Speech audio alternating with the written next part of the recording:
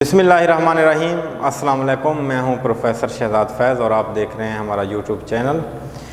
अज़ीज़ तलबा व तलबात, आज का हमारा जो टॉपिक है शेरी इस्तिलाहात में से, जिसमें हमने मतलब भी पढ़ा था, काफ़िया रदीफ़ भी पढ़ा था, और आज हम पढ़ने वाले हैं मक्ता। मक्ता अरबी ज़ुबान का लफ्ज़ है।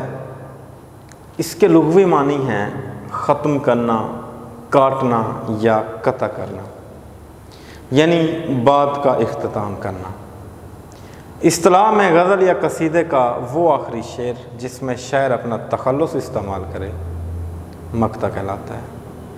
तखल्लुस के बारे में आपको मालूम है कि वो मुख्तसर सा नाम जिसको शायर अपनी शायरी में इस्तेमाल करते हैं, कलमी नाम भी कह सकते हैं, और गज़ल या कसीदे के आखिरी शेर के अंदर जब वो अपना नाम इस्तेमाल करते हैं तो उसे हम मक्ता कहते हैं। इसके लिए भी हमारे पास दो शर्त हैं। एक ये है कि गज़ल का आखिरी शेर हो, दूसरी शर्त ये है कि यहाँ पर तखल्लुस मौजूद हो। हम मिसालों में देखते हैं, जैसे गालिब की गज़ल का मक्ता आपके सामने है कि काबे किस मुँह से जाओगे गालिब, शर्म तुमको मगर नहीं आती। अब इस शेर के अंदर मिर्ज़ा असदुल्ला ख़ान गालिब, जिनका तखल्लुस गालिब था, तो यहाँ पर मौजूद है। लिहाजा ये शेर गज़ल का आखिरी शेर भी है और इसमें तखल्लुस भी मौजूद है, तो इसे हम मक्ता कहेंगे। दरअसल बात यह है कि जैसे मक्ता का मानी है ना कता करना, ख़त्म करना, दरअसल कोई भी शायर अपनी गज़ल या नज़्म को जब ख़त्म करता है तो उसमें वो अपना नाम इस्तेमाल करता है, तो आखिर पे यानी वो एक पहचान भी होती है कि ये किस शायर की नज़्म या गज़ल है। तो जैसे नाम से मक्ता यानी ख़त्म करना, यानी यूँ समझ लें कि यहाँ पर गज़ल का इख्तिताम हो जाता है।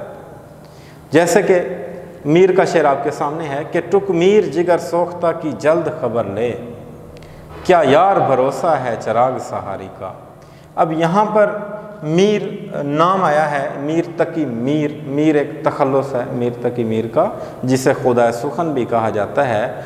तो ये चूँकि हमारी शामिल निसाब गज़ल है, आपने पढ़ी है, उसका आखिरी शेर है और इसमें तखल्लुस मौजूद है, लिहाजा दोनों शराइत पर पूरा उतर रहा है, तो इससे भी हम मक्ता कहेंगे। इसी तरह एक और ख़ूबसूरत शेर देखिए अब्बास ताबिश का कि एक मुद्दत से मेरी माँ नहीं सोई ताबिश, मैंने एक बार कहा था मुझे डर लगता है।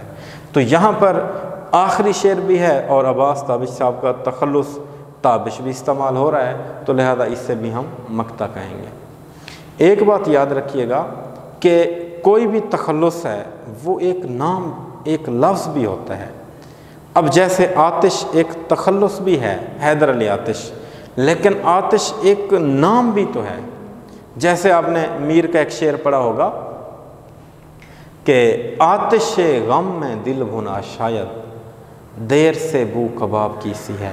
अब यहाँ पर अक्सर तालिब इल्म गलती ये करते हैं कि जब वो देखते हैं यहाँ पर आतिश लिखा हुआ आ गया, उनका ज़हन फ़ौरन जाता है हैदर अली आतिश की तरफ और वो बड़ी आसानी से टिक लगा देते हैं कि ये मक्ता है। हालांकि माना कि आतिश जो है वो तखल्लुस है, लेकिन ये भी याद रखना चाहिए कि ये गज़ल किसकी है या इसके अंदर जो हमारे पास लफ्ज़ आ रहा है क्या वो शायर के तखल्लुस के तौर पर इस्तेमाल हो रहा है या वो बतौर लफ्ज़ आ रहा है।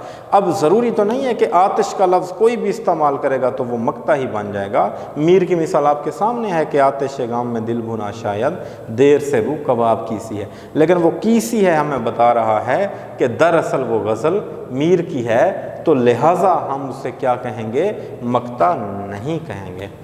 इसी तरह कुछ और मिसालें आपके सामने हैं कि फैज़ दुनिया संभाल अब अपनी, मुझको बेदखल कर कहानी से। यहाँ पर भी मेरा अपना शेर है, यहाँ पर फैज़ बतौर तखल्लुस के इस्तेमाल हो रहा है और चूँकि ये गज़ल का आखिरी शेर है इसलिए इसे मक्ता कहेंगे। शामिल निसाब गज़ल है मोमिन ख़ान मोमिन की, क्यों सुने अर्ज़ मुज़तरिब मोमिन, क्यों सुने अर्ज़ मुज़तरिब मोमिन, सनम आखिर खुदा नहीं होता। तो تو یہ بھی غزل کا آخری شعر ہے اور اس میں مومن بطور تخلص استعمال ہو رہا ہے، تو مقطع کی مثال ہے۔ اور اسی طرح نہیں کھیلائے داغ یاروں سے کہہ دو کہ آتی ہے اردو زباں آتے آتے۔ اب یہاں پر داغ دہلوی کا جو تخلص داغ استعمال ہو رہا ہے اور یہ بھی غزل کا آخری شعر ہے، تو لہٰذا یہ ہمارے پاس مقطع کی مثالیں موجود ہیں۔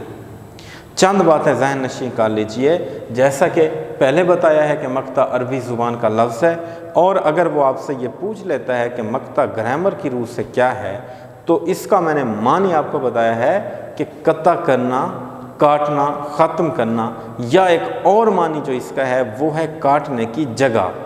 اب چونکہ جگہ کا تعلق جو ہے وہ اس میں ظرف مکان سے ہے، تو یہ بات ذہن میں رکھ لیجئے کہ مطلع ہو یا مقطع ہو، گرامر کی روح سے دونوں اس میں ظرف مکان کہلائیں گے۔ اگر کسی غزل یا قصیدے کا آخری شعر ہو لیکن اس میں تخلص موجود نہ ہو تو وہ آخری شعر کہلائے گا، مقطع نہیں کہلائے گا۔ جی ہاں بالکل، میں نے آپ کو پہلے بتایا ہے کہ ہمارے پاس دو شرائط کا پورا ہونا لازمی ہے۔ اگر ہمارے پاس ایک شرط پوری ہوتی ہے، دوسری شرط پوری نہیں ہوتی، تو اس کا مطلب یہ ہے کہ ہماری تعریف پر وہ شعر پورا نہیں اتر رہا، تو ہم اسے مقطع ہرگز نہیں کہیں گے۔ مثال کے طور پر ایک شعر میں آپ کو سناتا ہوں کہ فیض اڑتے ہوئے غباروں کا کچھ بھروسہ نہیں ہے یاروں کا، پھول گلشن میں کیوں نہیں کھلتے، کیا یہ موسم نہیں بہاروں کا۔ اب جو میں نے آپ کو پہلا شعر سنایا ہے، حالانکہ وہ مطلع ہے اور اس میں تخلص موجود ہے فیض، لیکن وہ آخری شعر جو نہیں ہے تو اس کو ہم مقطع کبھی نہیں کہیں گے۔ تو وہی بات میں آپ کو یہاں پر سمجھا رہا ہوں کہ اگر آخری شعر ہو لیکن اس کے اندر تخلص نہ ہو تو اسے مقطع نہیں کہیں گے، اور بعض اوقات تخلص موجود ہوتا ہے۔